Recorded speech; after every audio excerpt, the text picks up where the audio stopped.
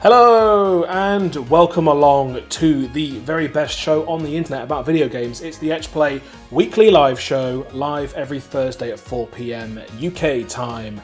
I'm your host for this week. My name is Adam Burt, and for the first segment of the show, I'm joined by Ben Joy. Hi, Ben.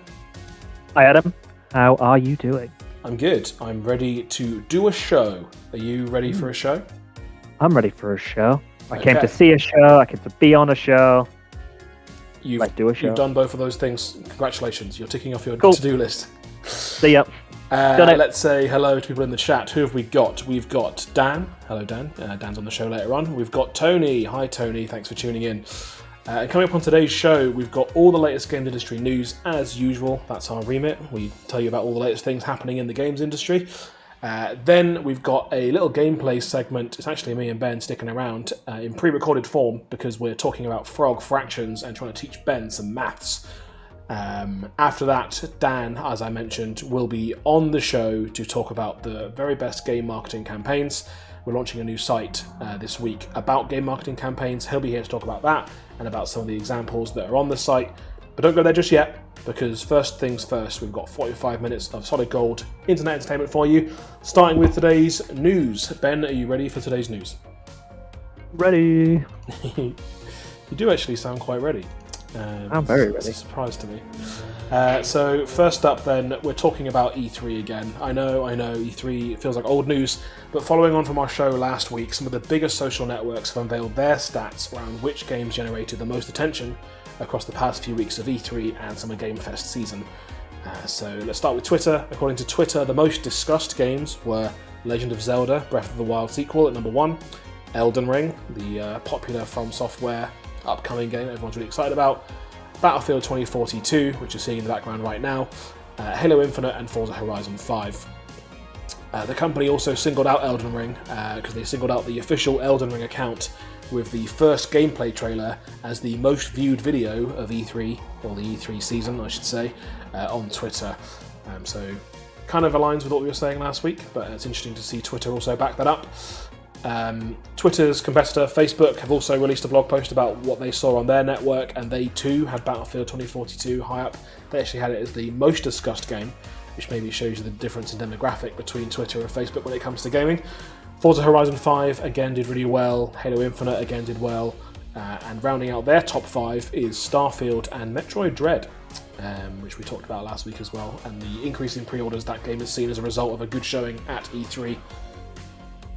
Any surprises for you there, Ben? I've got some more stats, but I'll let you chime in now before I move on. No, I don't think it is a surprise, and I think the reason that each game got talked about was for different reasons, which I think is really interesting. Like Breath of the Wild 2, which I don't think that will be what it's called. It might be, but people wanted that, and every time Nintendo have done anything over the last 12 months, it's like, is it Breath of the Wild 2? Is it Breath of the Wild 2? And it finally is. So it doesn't surprise me that people want to talk about it because people wanted it. In terms of Battlefield, we spoke about it a few weeks ago. I mean, that trailer is nuts. And there's a lot going on. They're bringing, was it like 128 people can now play together? It's insane. So that's generated a lot of buzz. And same with like Elden Ring was kind of like, is it still a thing? And yes, it's confirmed as a thing, so people are back interested. So yeah, I'm not massively surprised. And I think you made a really good point when you said about the difference between Twitter and Facebook and the differences in what was the top on both platforms. It gives a good indication of the demographics on there. That's really, really useful information for anyone who makes games, because even if you're making a game, it's like, you might not be making to the level of Battlefield, but you're making a game that's in a similar vein. It's that kind of genre. That kind of information is so valuable to know that, okay, well, maybe we should look more at Facebook rather than Twitter. It's, just because you're not on the same level of the information you find out about those games, you can get similar players, and the lookalike audiences, knowing where they are, is so valuable. So if you are a smaller developer, like, don't just discount that information because you're not on that level. That is still really crucial information that you can take in and use to your advantage. So yeah, I would just say don't ignore that. That's so valuable to hear that information. YouTube as well also released some research. So our video last week, we talked about the trailers themselves on YouTube and what the numbers were around the most successful trailers in terms of their direct uploads. YouTube's research is interesting though, because what they've done is they've expanded it to take into account influencers, essentially, streamers and other YouTube, personalities, and their videos where they react to trailers or rebroadcast them to their followers in slightly different ways, maybe edited, slightly chopped and changed. Their list looks very similar to ours, but in a slightly different order. Elden Ring still tops the list, but interestingly, Forza Horizon 5 jumps up massively to second place, and a couple of new entries. One's Rainbow Six Extraction, which you're seeing in the background right now. That didn't feature in the initial list, but has done well from an influencer perspective. People are talking about that game. We know that Siege is a popular game that has a lot of ardent fans, so maybe the community there has really rallied around the footage of that game and started resharing it. And we did mention this game last week, but it wasn't on the official list at first. The Guardians of the Galaxy game from Square Enix is also made the top 10 according to YouTube's research. What do you make of that? Yeah, I think it's just a really big indicator of where the industry is and what driving factors in the industry are, and how people find out about games and get interested in games, because it's great seeing what the people who are making the games are putting out, but then so often consumers are like, they make decisions based on information they hear from other people, and not that companies aren't trustworthy. When you get a recommendation from someone else and hear someone else's opinion that you value, that helps you often to make a decision. And I think in video games, we know it's huge with Twitch and streaming on YouTube. Some of these streamers have huge followings, and they're incredibly influential, potentially way more influential than you can even be as the company putting out the game. So I think that YouTube are looking at that just solidifies that that's a really important factor. And again, it's really useful information to have to see how it is, and that's really what you want to be paying attention to as well. Like, don't just be like, hey, our trailer got a ton of views, that's great, that is great, but if people are then talking about it and other people are talking about it and getting loads of views, loads of comments, like, that helps you. And in this instance, like, you can often pay for that and get people to do it on your behalf, but sometimes when people are reacting like straight off the back of E3, that's just organic. Like, you're not paying for that. That's kind of like almost free marketing if they see it positively. If they trash it, not so great, but if they love it and a really influential person saying, hey, I love this trailer, this looks awesome, I could do this in the game, it's going to get more people interested. So I think it's great that we have that data, and great that YouTube put that out. So yep. Moving on from E3 to some Sony news. Sony have acquired the Finnish studio Housemarque for an undisclosed sum. So that's Sony Interactive Entertainment specifically. You may know Housemarque because they recently released Returnal, which was fairly well received and has performed well sales-wise for the PlayStation 5. They have become the 13th studio to join PlayStation Studios, part of the official PlayStation family. And there's a quote here from Sony: Housemarque is a highly accomplished studio, and we couldn't be more thrilled to officially welcome them to the PlayStation Studios family. They weren't officially part of the family, but they were a de facto Sony studio, really. They were developing things pretty much exclusively for the PlayStation in recent years.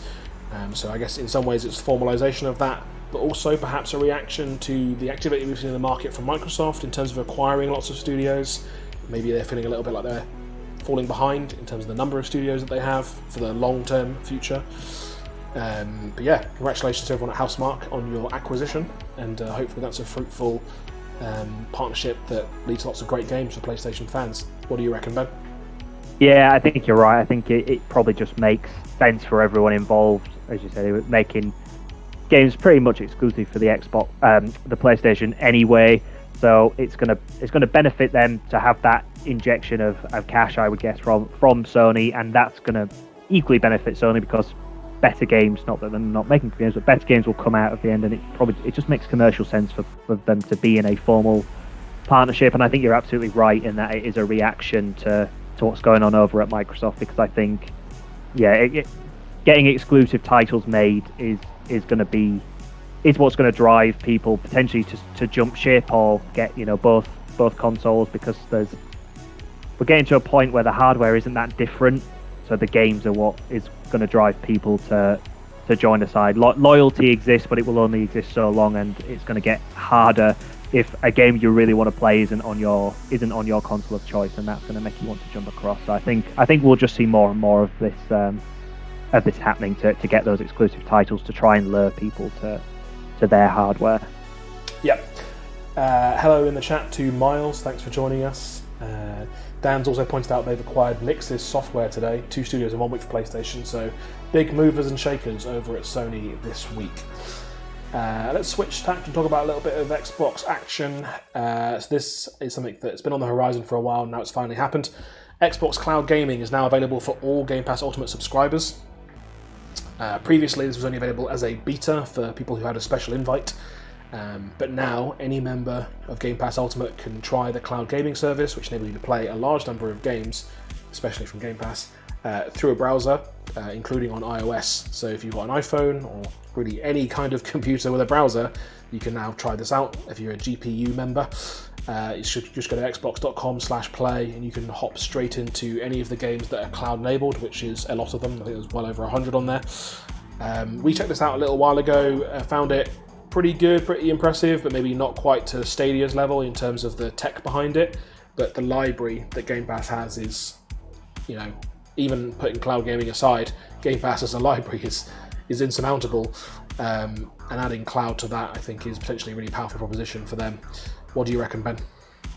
Yeah, I'm excited by this. One thing I'm kind of way from my head, like one of my problems I have, because my internet speed isn't great at times, is the download speed for a game takes forever. Now, whether my internet is now good enough to stream the game, I'm not sure. I need to test that. So I might still have the same problem, but I think it's just, we've talked for years, like, is this the way that gaming is going to go to streaming, kind of the Netflix of gaming? And this is a huge, huge leap for Microsoft. I think it's really cool. I wonder what it's going to do to the price of Game Pass. I wonder if that, when it gets rolled out fully, is it going to bump up the price? Is it going to be even just another incentive at the similar price level it's already at? That's my, not worry, but that's what I'm thinking about right now is, are we going to pay for this? Or are we, at some point Microsoft is going to turn around and be like, Game Pass is now worth £100 every day. Yeah. I mean, maybe. So it's going to be interesting to see what happens there, but I mean, I'm excited to try it. When you tried it, did you ever try it by using the browser on your Xbox? Not on the Xbox, I didn't know. So we did it in browser on this machine, actually. Did some Gears of War. You can find that on YouTube if you're interested. You can watch me and Pete checking Gears of War in the browser out as an interesting little experiment. And yeah, I mean, this to me, I think the main takeaway is we need to start a charitable campaign to get Ben Joy some fibre internet in his house. Hashtag save Ben's internet. Hello in the chat to Stan Lindsay. Thanks for tuning in. We appreciate you, man. We appreciate your time. Thanks for tuning in. But it's time to go to the pre-recorded segment. This is us checking out Frog Fractions. We recorded this a little while ago, actually. This is me and Ben. You can see the immediate difference in hairstyles when we jump from this to the pre-recorded segment. And we'll be back in about 10 minutes, and Dan Thomas will be here talking all about the best marketing campaigns in games. So don't go anywhere, and I hope you enjoy this short video. See you soon.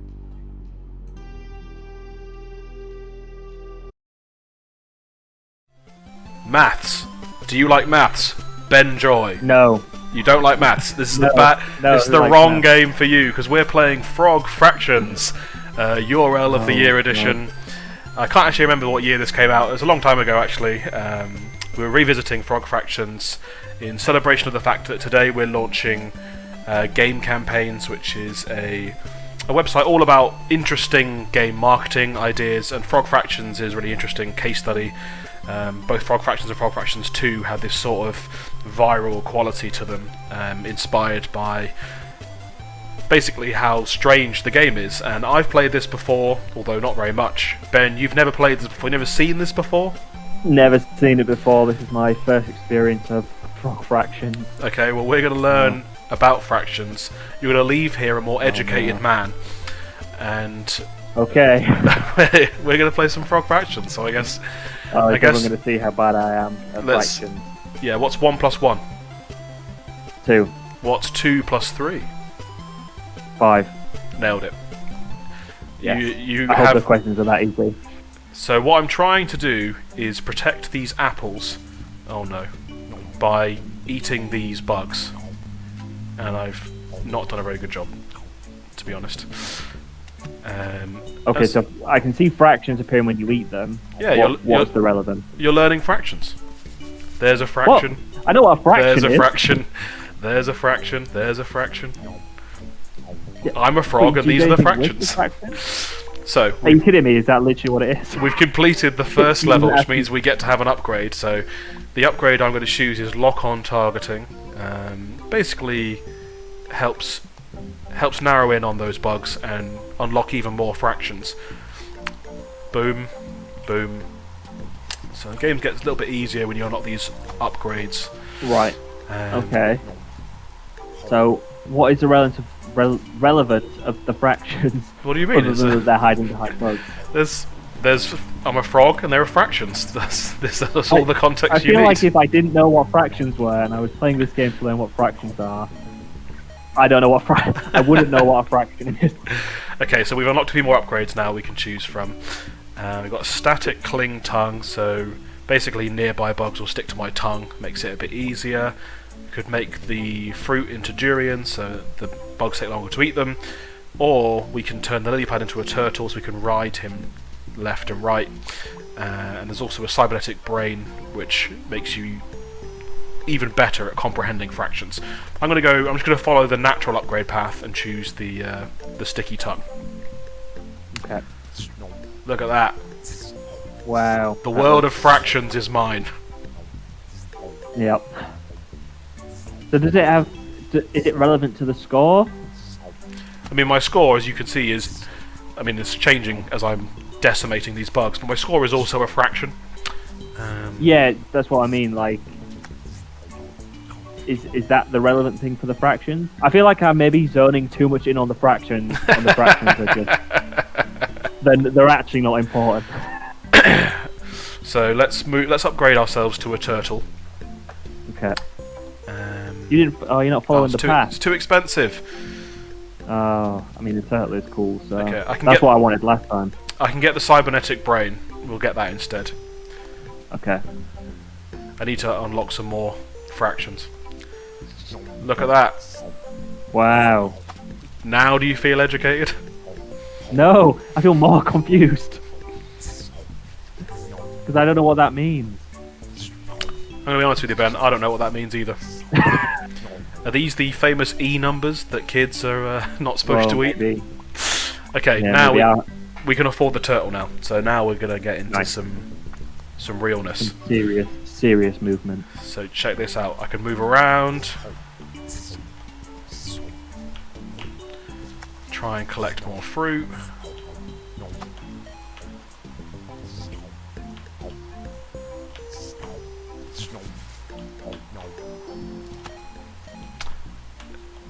So this is where the game gets a little bit more interesting. The turtle can go underwater. And as you can see, all the fruit that I failed to collect, and much more besides, is down here. Oh. So now we're doing really well. This is good for us. I mean, I now have like 1 billion fruit. So I can now, in theory, afford everything. Wow. It's like Rosebud on The Sims. Or the thing where you had the exclamation mark and the semicolon over and over and over again. So let's take that upgrade and say let's turn our turtle into a dragon. We can afford it now. So apparently that turtle was some kind of Pokemon. Bugs are going to start shooting things at me what? now. Oh wow. I feel like the difficulty went up incredibly quickly if we're supposed to avoid the bits and pieces.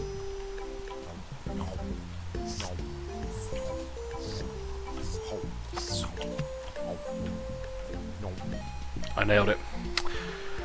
Well done. So for the mere cost of 25,000 fruit, and I have like 1 billion, we can now install a warp drive on the dragon. Let's do it. We might as well. You got that cash money in fruit. There we go.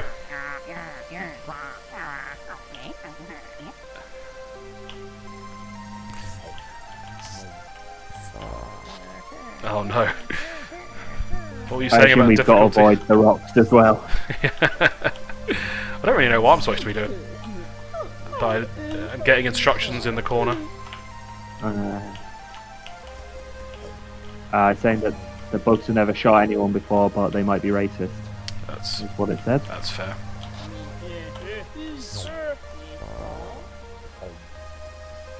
Are the asteroids having an effect on us?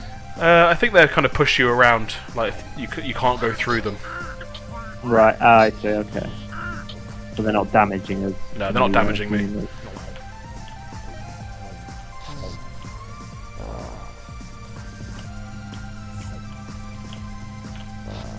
Are the little things they're shooting at us damaging us? Probably. So Frog Fractions is it's a secret voyage of discovery, I guess, disguised as an educational game for children. Okay, I'm going to go out on a limb here, and maybe I just don't get it. I don't see how this is educational at all. Just throwing random fractions at me isn't making me learn a fraction. Good flying with you, Lieutenant Hop. See you on the other side.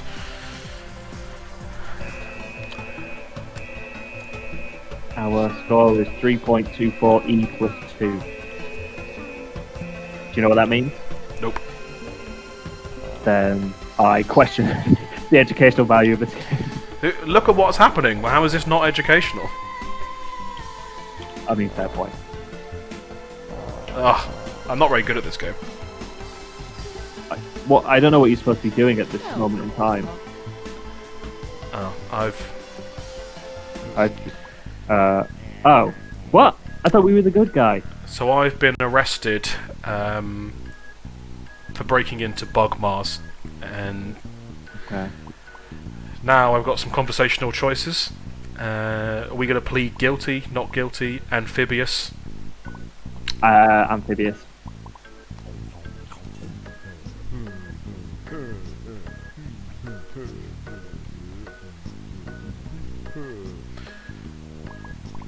Would you like to become a citizen of Bug Mars? I feel like that's a trap. So which option should we choose? Maybe bribe them? This one? Yep.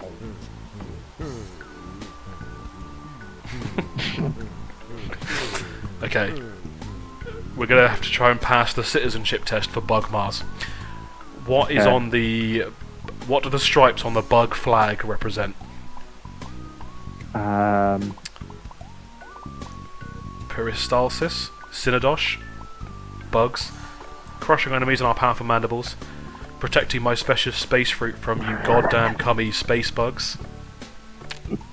It's gotta be bugs, right? It's bugs.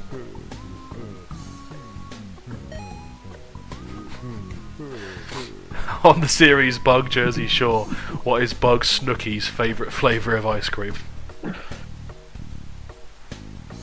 It's gotta be bug, right? Well, wouldn't that be cannibalism? I don't know. I'm going to go with what you said. Maybe. Yeah. So wrong and yet so right. There you go. For once, I'm helping you get through a game.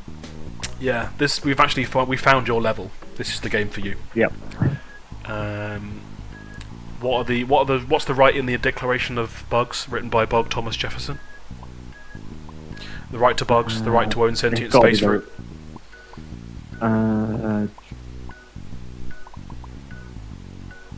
It's got to be the right to bugs. I think it's.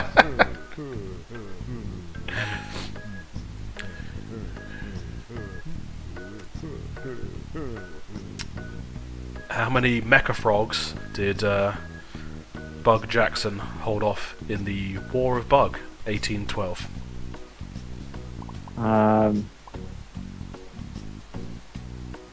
420. It's got to be that, right? It's the only one with an actual number. How do you feel about fractions? I was told there would be no math on this exam. I love them.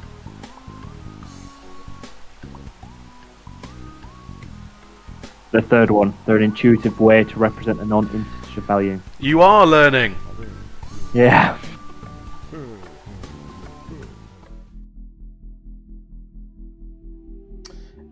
And we are back. Welcome to the Etch Play Weekly live show. That was a short clip from our Frog Fractions video, and you can watch the whole thing on YouTube after the show if you would like, and see the rest of Ben's feeble attempt at getting through the bug citizenship test on Bug Mars.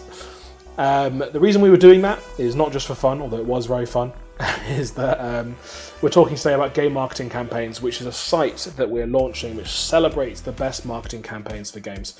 And Frog Fractions and its sequel, or sequels I should say, have been part of a very interesting and kind of mimetic campaign over the years in terms of their secrecy and the way they've been unveiled and unlocked. But to talk more about it, I am joined now by Dan Thomas, who's going to tell us all things GMC, which is the short version of Game Marketing Campaigns. It's a lot of syllables. And we're going to talk about the site and encourage you to go and visit it afterwards. It's jam-packed with loads of great articles about some of your favourite games, some games you might not have heard of until recently, but that have done well from a marketing perspective. And it's really about how have they done that? How have they, what idea have they latched onto that they've been able to execute that's really attracted attention in a difficult landscape for games? Because a lot of games go out now and it's difficult to stand out, and those are some of the most successful examples we could find. But before you go and do that and read and consume voraciously all the content on there, Dan's here to talk about it. So, hello, Dan. You are still muted, Dan. In Discord. Hello. Hi, Dan. That Fantastic was a good start, wasn't it? Segment as ever. Do you want me to just take it from the top? No, I could hear you. Okay. So yeah, hello. So yeah, that was my first experience of Frog Fractions as well, and I was very much enjoying Ben's bemusement, confusion through it, and I also like now, having seen that, I think it's added to the value that the coverage that we've got on Game Marketing Campaigns adds for Frog Fractions, because it's clearly not a AAA blockbuster title with masses of marketing spend and everything else, but does, if you go and read the Frog Fractions piece on there, they ran an ARG for the sequel, and I really like how that kind of highlights some of the innovative thinking and perhaps how smaller teams don't necessarily need to feel constrained in their marketing efforts. It's do something different, do something brave, and So I wanted to talk to you about GameMarketingCampaigns.com and about the idea behind it, I guess, essentially. So maybe we should start there. Where did the idea for GMC, as I'm going to keep calling it, where did that come from? So yes, the idea came from, obviously we have a very keen interest in video game marketing, and whenever we are discussing projects, opportunities, just having conversations amongst ourselves with our clients, there's always an important part of any campaign planning is to do some research, and there are lots of resources online for kind of greatest ad campaigns, greatest marketing campaigns, but there wasn't any particular home for games industry specific marketing campaigns. And so we thought, well, why don't we make that? Because it'd be useful for us, and we are obviously big community fans, so why don't we create something that can be potentially of use to our peers and colleagues and clients. So yeah, that's why we created the Game Marketing Campaigns website. And yeah, the vision is, when you're planning or thinking about, I've got to do some marketing work for our games, it was kind of like the vision of just being able to thumb through the site, grab yourself a tea, and just kind of look through what has been done before, and look for inspiration, and just try and I guess kind of provide some new trains of thought for that kind of planning process. Yeah. So obviously there's a bunch of articles on there right now. I think there's, I didn't count them, I should have counted them before the show. There's like well over 12, right? There's a bunch on there. They're all really interesting and good, so I encourage you to check them out. But I wanted to ask you, I guess, more about how they were selected, because obviously hundreds of games come out all the time, and some of them have good marketing campaigns, but maybe quite traditional ones. What qualifies something to be featured on GMC? Yeah, so there's a number of factors that kind of highlighted the games we wanted to include. Some of it's just availability of information, and I'll talk more about that in a moment. But we essentially wanted to highlight the things that were different. So, and that's very much what we're all about, is trying to encourage, as kind of mentioned, like brave thinking or doing something different. The games industry moves so fast, and games marketing moves so fast. So we can't take anything that's been done before as a roadmap for success, but equally we shouldn't be constrained by what's available today. And so looking at the different things that have been done before, and when people have tried something new, that really captures our attention, and that's a big qualifier. As I mentioned as well, kind of the availability of information and the way the site has evolved and come about. It is very much a labour of love, and we have been working on it on and off for a long time. Obviously, it is it's a free resource we've got out there, and I think we will perhaps underestimate the amount of time and effort that needs to go into even just curating this kind of information. But we wanted to just surface the campaigns and show us some information, but in an early kind of, I showed a few industry friends and peers, just to get their thoughts. And one of the common bits of feedback was, it'd be really interesting to understand the impact of these campaigns. So that's another consideration, is what data is available. And it's one thing to go, that's an interesting idea, or that's a cool campaign, but what impact did it have? And obviously that's a really important thing. So that is an angle that you will see in some of the pieces where we've been able to find good sources of information as to the reach or the conversion rate or any of these kinds of things. That's another good candidate for going on there. But really, anything original, any new ideas qualifies something for us to get it on there. Yeah. Ben in the chat has corrected me. There are 24 articles on there right now. That's twice as many as I thought there were. So it just tells you how much great stuff is on there.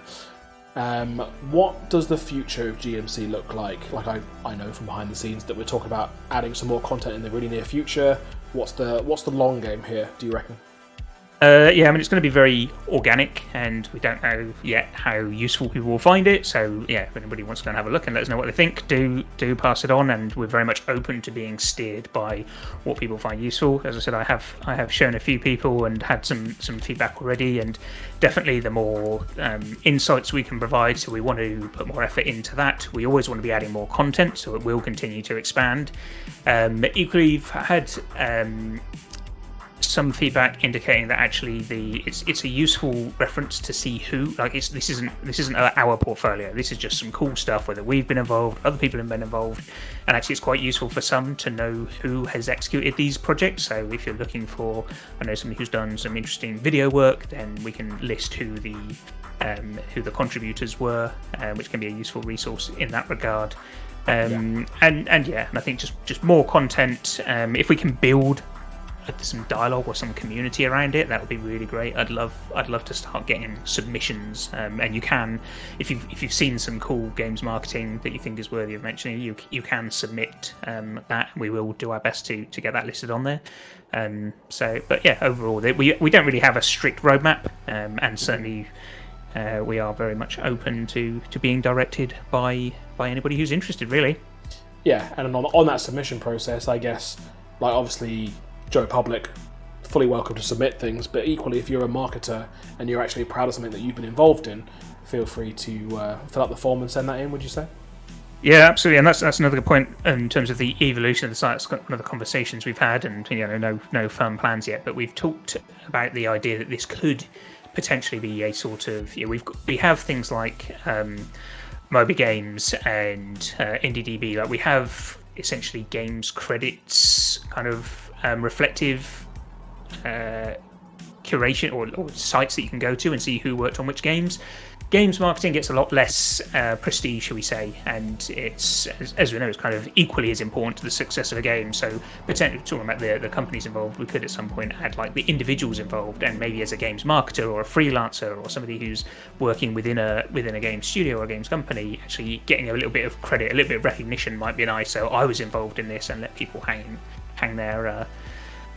their names against the various campaigns could be one option if that's of value to people, for sure. And there's also a newsletter sign up, right? So anybody who does like the site, if you've been to it, there's a link in chat now, gamemarketingcampaigns.com.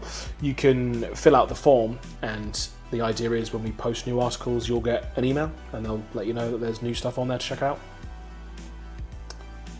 Absolutely. That's true. yeah, definitely. Yeah. And yeah, we're certainly we've got another sort of round of content in the works at the moment, that they'll be kind of adding to soon. So yeah, do subscribe to that, and we'll notify when that's updated. And yeah, I would encourage everybody to take a look and just see. It's just interesting to even thumb through, regardless of your sort of professional interests or not. It's cool to see what people are doing. I'm going to put you on the spot now, Dan.